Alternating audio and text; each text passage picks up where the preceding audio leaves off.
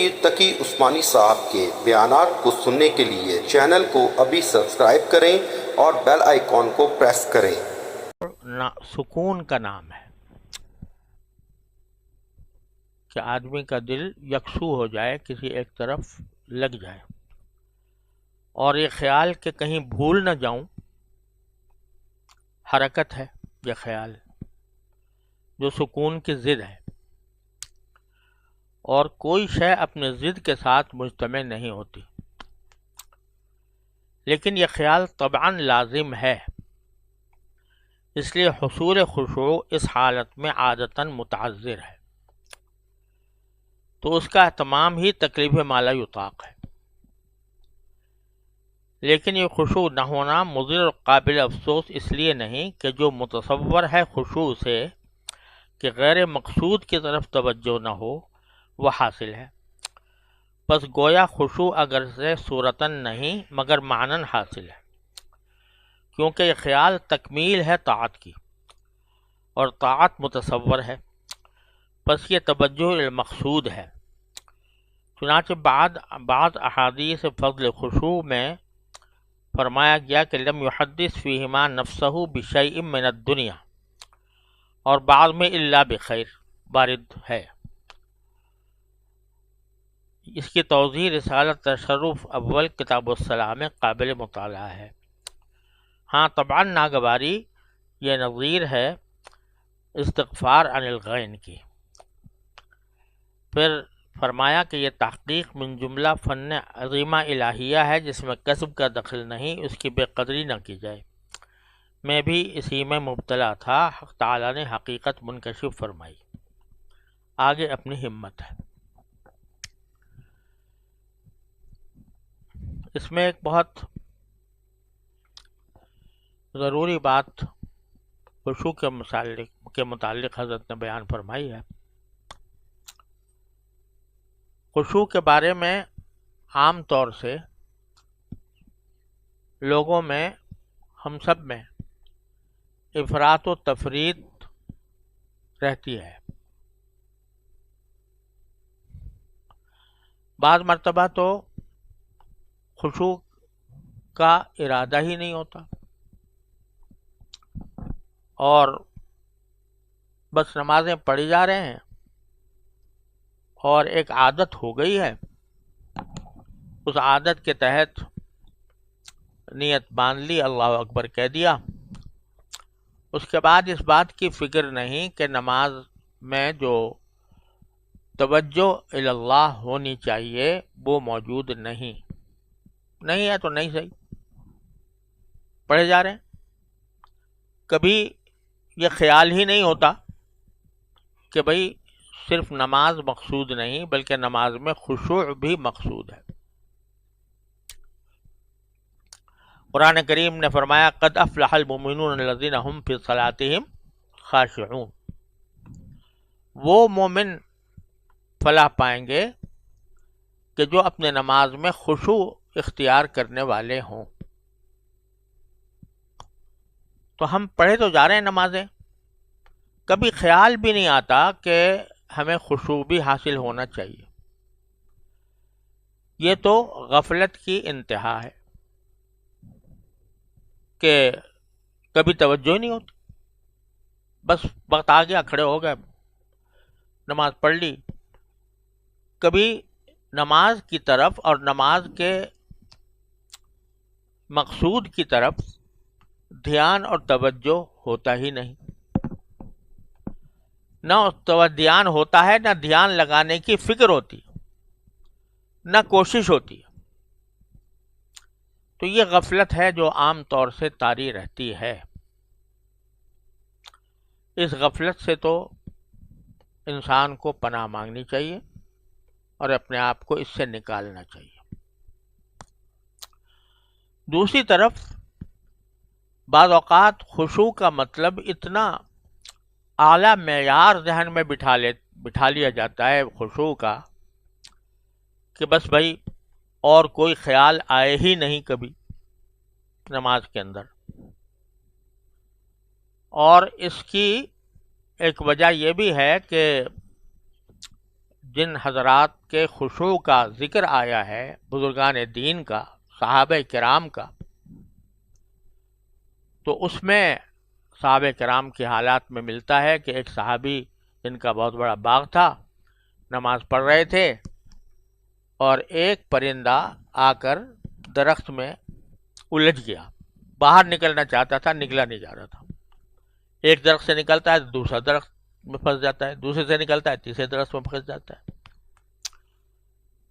تو ان کو خیال یہ آ گیا نماز میں کہ دیکھو میرا باغ کتنا بڑا ہے کہ پرندہ اس میں داخل ہو کر نکل ہی نہیں پا رہا، درختوں میں ایک درخت سے دوسرے درخت، دوسرے سے تیسرے درخت، اتنا میرا گھنا باغ ہے کہ یہ پرندہ اس سے نکل نہیں پا رہا۔ یہ خیال آ گیا نماز پڑھتے وقت۔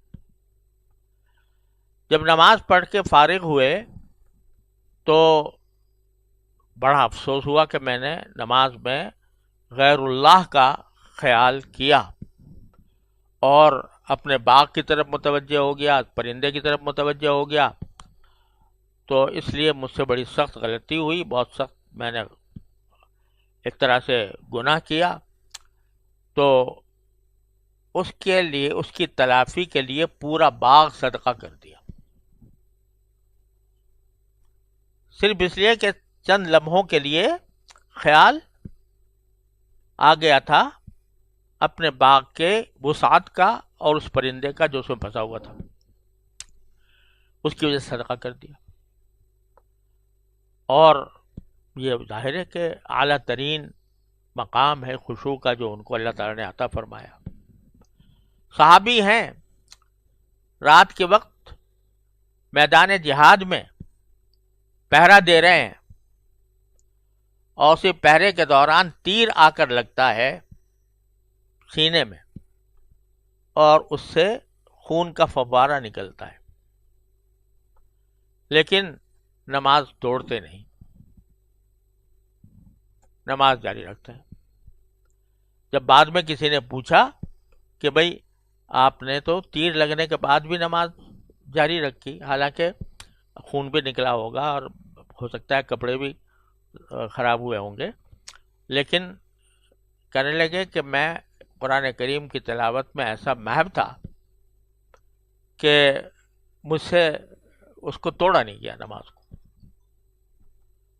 تو اس مقام کے حضرات ہیں صحابہ کرام میں بھی، بعد میں بزرگان دین میں بھی۔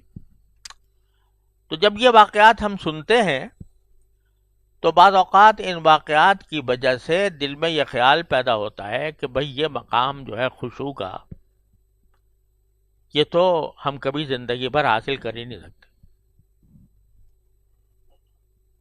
ہم سے تو یہ ہو نہیں سکتا کہ بھئی کوئی خیال آئے ہی نہیں سرے سے۔ اور جس طرح کے تیر لگا اور نماز جاری رکھی، لیکن وہ کام تو ہم کر نہیں سکتے۔ تو لہذا خشوع تو ایک ایسی چیز ہے کہ جو ہمارے بس کی ہے ہی نہیں۔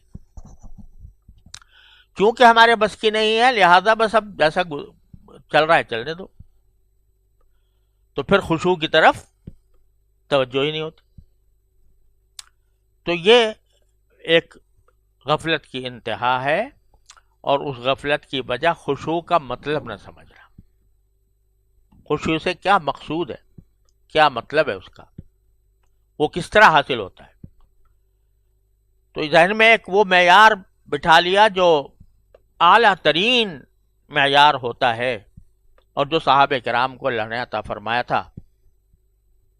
تو یہ سمجھتے ہیں کہ بس وہ جب وہ معیار نہیں ہے تو بس خشوع بھی نہیں، جب خشوع نہیں تو بس اب جس طرح بھی پڑھ لو پڑھ لو۔ یہ خیال انتہائی غلط ہے۔ خشوع کی کوشش کرنا اور کرتے رہنا فرض ہے، اور خشوع کے معنی کیا ہے؟ خشوع کے معنی یہ ہیں کہ دو باتیں ہیں اس میں۔ ایک نماز کے دوران بندہ اللہ تبارک و تعالیٰ کے سامنے اپنی عاجزی کا اظہار کرے، اور حتی الامکان دھیان اللہ جل جلالہ کی طرف رہے اور اپنے اختیار سے کوئی خیال دل میں نہ لائے، کوئی اور خیال دل میں نہ لائے اپنے اختیار سے۔ ایک تو یہ ہوتا ہے نا کہ میں نے بسم اللہ کر کے نیت شروع کی اور ایک دم سے کوئی خیال آ گیا غیر اختیاری، تو وہ تو معاف ہوتا ہے، لیکن اپنے خیال اپنے اختیار سے نہ لائے۔ اور اس کا بہترین اور آسان ترین طریقے کچھ ہیں، میں عرض کرتا ہوں۔ اللہ تعالی ہم سب کو عمل کی توفیق عطا فرمائے۔ پہلی بات تو یہ ہے کہ اللہ تعالیٰ نے نماز سے پہلے کچھ مقدمات رکھے ہیں۔ نماز سے پہلے وضو رکھا ہے۔ یہ وضو جو ہے در حقیقت ایک عجیب چیز ہے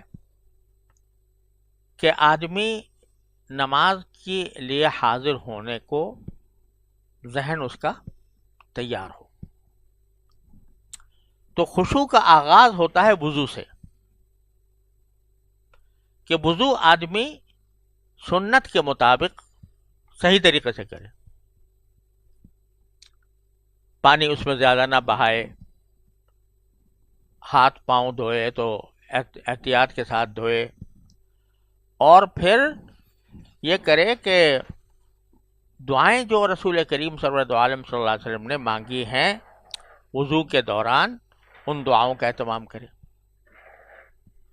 رسول کریم صلی اللہ علیہ وسلم سے تو دو باتیں منقول ہیں وضو کے دوران، ایک اشہد ان لا الہ الا اللہ اشہد ان محمد رسول اللہ پڑھنا، اور دوسرا اللہم اغفر لی ذنبی ووسع لی فی داری وبارک لی فی رزقی۔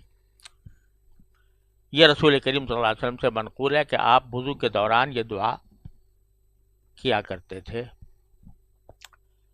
تو اگر آدمی وضو کے دوران یہ دعا اور یہ شہادت اشہد ان لا الہ الا اللہ اشہد ان محمد رسول اللہ پڑھ کر وضو کرے گا اور وضو کو سنت کے مطابق انجام دے گا کہ ہر عضو کو 3 مرتبہ دھوئے بغیر اسراف کے، فضول خرچی کے بغیر، یا نہیں کہ نل کھول دیا اور پانی بہ رہا ہے اور ذرا سی کلی کرنی ہے اور اس کے لیے پورا نل کھلا ہوا ہے، بلکہ احتیاط کے ساتھ اس طرح وضو کرے کہ کم پانی اس میں استعمال ہو، اور حتی الامکان قبلہ رو ہو کر کرے، اور یہ دعا زبان پر ہو۔ اور بعض حضرات نے کچھ اور دعائیں بھی تجویز کی ہیں ہر عضو کے لیے الگ الگ، ان میں بھی کوئی حرج نہیں، بلکہ اچھا ہی ہے کہ وہ پڑھ لی جائیں، جیسے کہ جب آدمی چہرہ دھو رہا ہو تو اللہم بیض وجہی یوم تبیض وجوہ وتسود وجوہ، بڑی پیاری دعائیں ہیں۔ جب چہرہ دھو رہا ہے تو کہہ رہا ہے کہ اللہ میرا چہرہ اس دن سفید رکھیے گا جس دن کچھ چہرے سفید ہوں گے کچھ کالے ہوں گے۔ جب دایاں ہاتھ دھوئے تو کہے اللہم آتنی کتابی بیمینی وحاسبنی حسابا یسیرا، اللہ میرا اعمال نامہ مجھے دائیں ہاتھ میں دیجیے گا اور میرا حساب آسان کر دیجیے گا۔ اب دائیں ہاتھ دھو رہا ہے اور یہ مانگ رہا ہے، بائیں ہاتھ دھو رہا ہے تو کہے کہ اللہم لا تعطنی کتابی بشمالی ولا من وراء ظہری، کہ اللہ میرا اعمال نامہ مجھے بائیں ہاتھ میں نہ دیجیے گا اور نہ میرے پشت کے پیچھے سے دیجیے گا،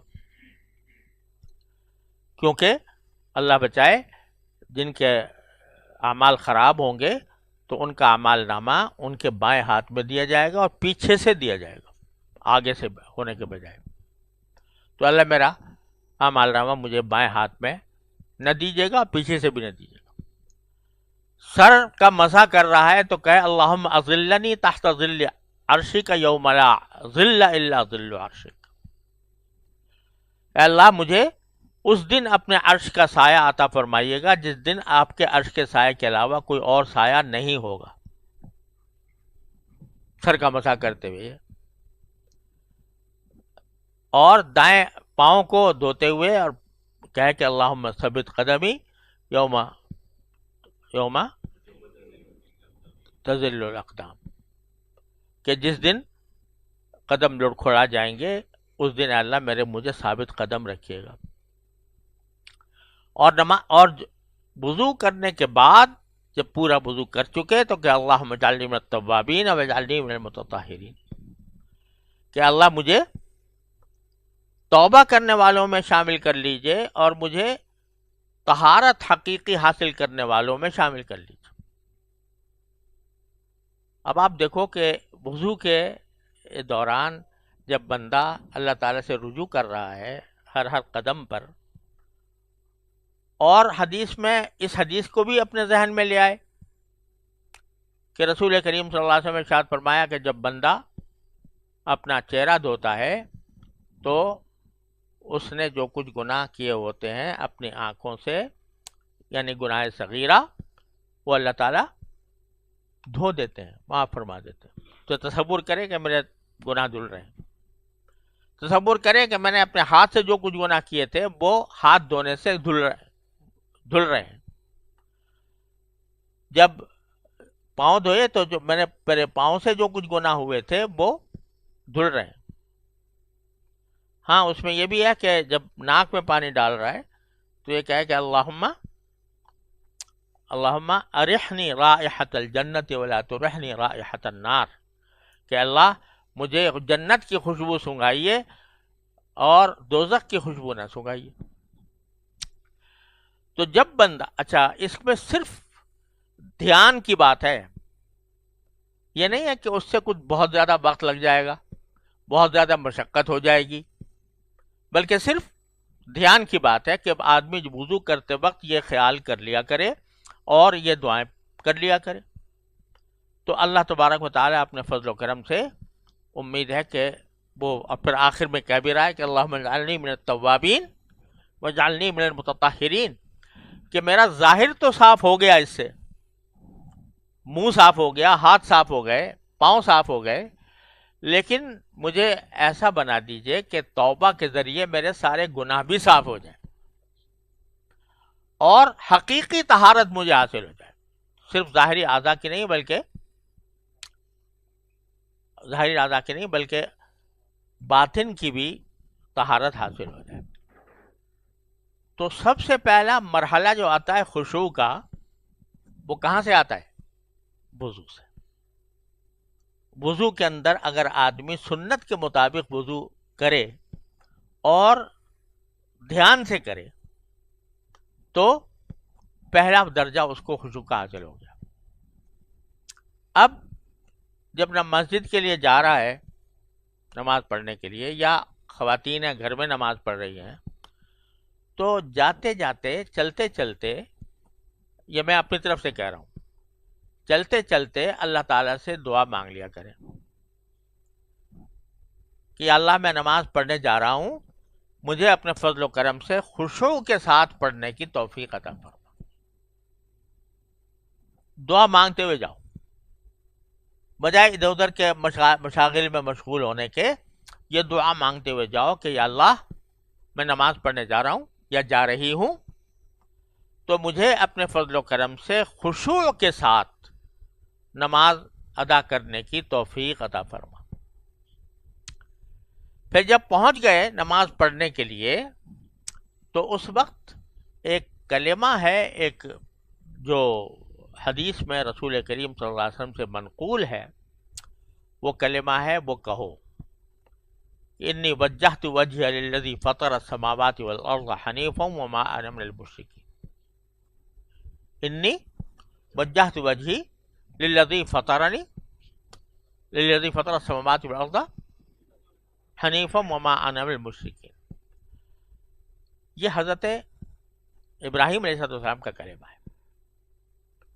وہ فرماتے ہیں میں نے اپنا رخ تو کر لیا اللہ کی طرف، اس ذات کی طرف جن سے سارے آسمانوں اور زمین کو پیدا کیا، میں نے اپنا رخ ان کی طرف کر لیا.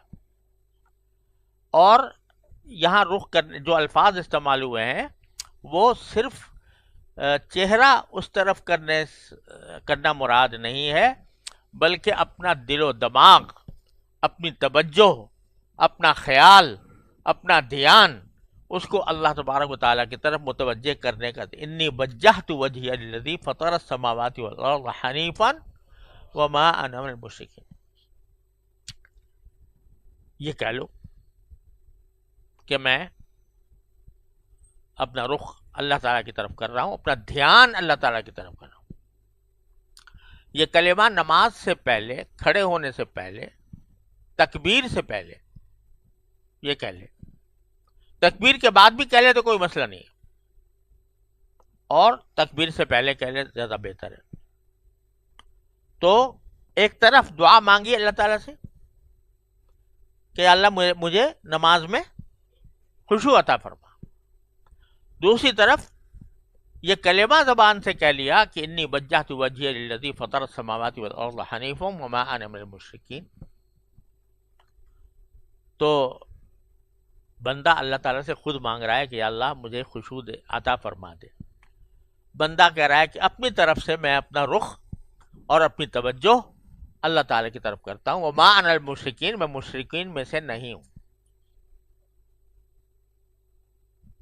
یہ کہہ کر جب اللہ اکبر کہا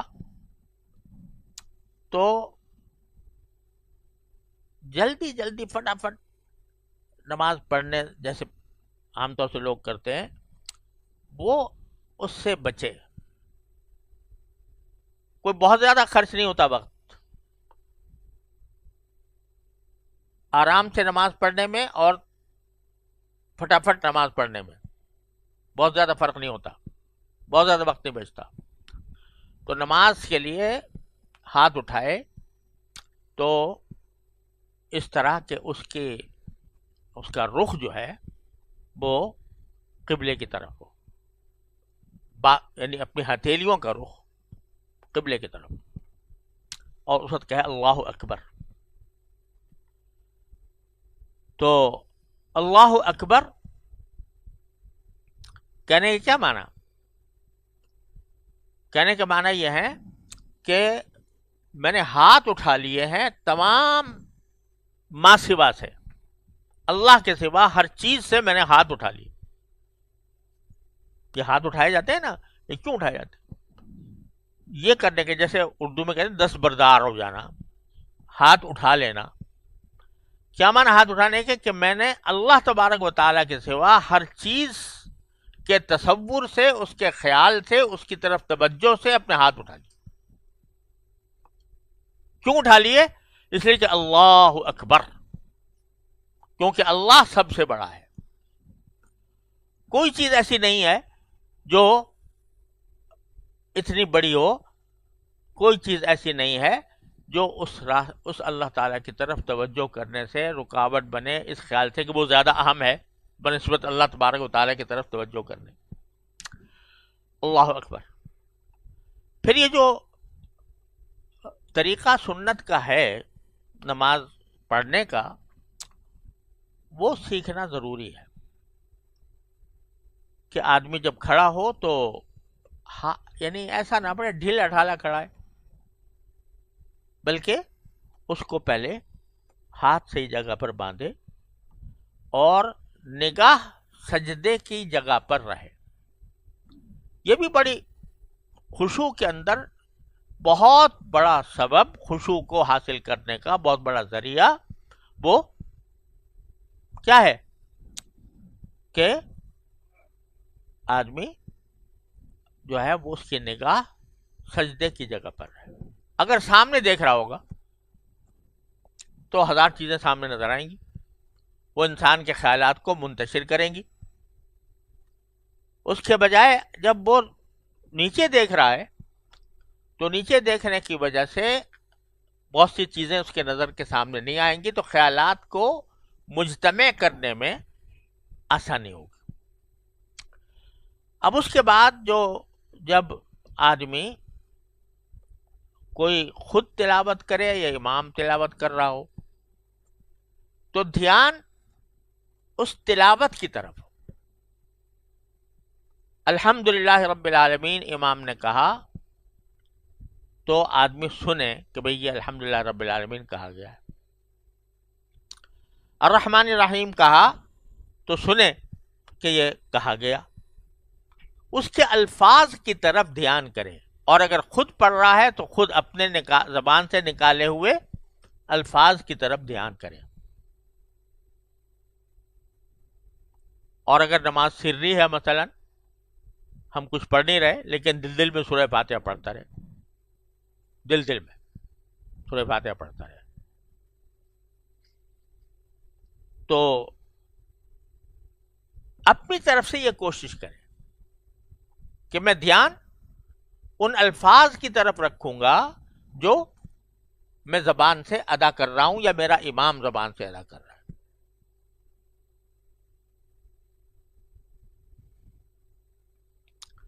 اس دھیان کے لیے ایک نسخہ تو میں یہ عرض کرتا ہوں کہ حتی الامکان کوشش کی جائے کہ ایسی صورتیں پڑھے آدمی جو پہلے سے رٹی ہوئی نہیں ہے. یہ جو ہر وقت نماز جب پڑھتے ہیں تو چند ہی صورتیں ہیں، قل یا اللہ احد، قل یا ایھا الکافرون ہیں، تو وہ بے ساختہ زبان پہ وہی چل پڑتی ہے، سمجھے نا. یہاں تک کہ اگر بعد میں سوچے بھی آدمی کہ میں نے پہلی رکعت میں کیا پڑھا تھا اور دوسرے میں کیا پڑھا تھا تو شاید یاد بھی نہ رہے. کیوں؟ اس لیے کہ وہ آٹومیٹک مشین ہے جو وہی چلا رہی ہے جو زبان پر رٹا ہوا ہے. تو اتنا تو ایک ہر مسلمان کو چاہیے کہ جو چھوٹی صورتیں ہیں قرآن کریم کی، چھوٹی صورتیں جو ہیں وہ سمجھو کہ سورہ بینہ کے بعد، مثال کے طور پر اذا زلزلت الارض زلزالہا، سورہ عادیات، سورہ قارعہ، سورہ تکاثر، سورہ عصر، سورہ ہمزہ، سورہ فیل، سورہ لیلاف قریش، یہ ساری صورتیں یاد ہوں، اور وہ صورت پڑھے کہ جو خود بخود زبان پہ نہیں آ رہی، سمجھے نا. اب عادت پڑی ہوئی ہے قل یا ایھا الکافرون قل اللہ احد کی، تبت یدا قل اللہ احد کی، ہے نا. تو کیا پڑھو؟ اذا زلزلت الارض زلزالہا، القارعہ، الہاکم التکاثر، مثلا جو عام طور سے نہیں پڑھی جا رہی وہ پڑھو. تو کیا ہوگا کہ یہ جو بے ساختہ زبان پر کوئی صورت آ جاتی ہے وہ نہیں آئے گی، بلکہ وہ کچھ دھیان لگے گا لیکن یاد ہو.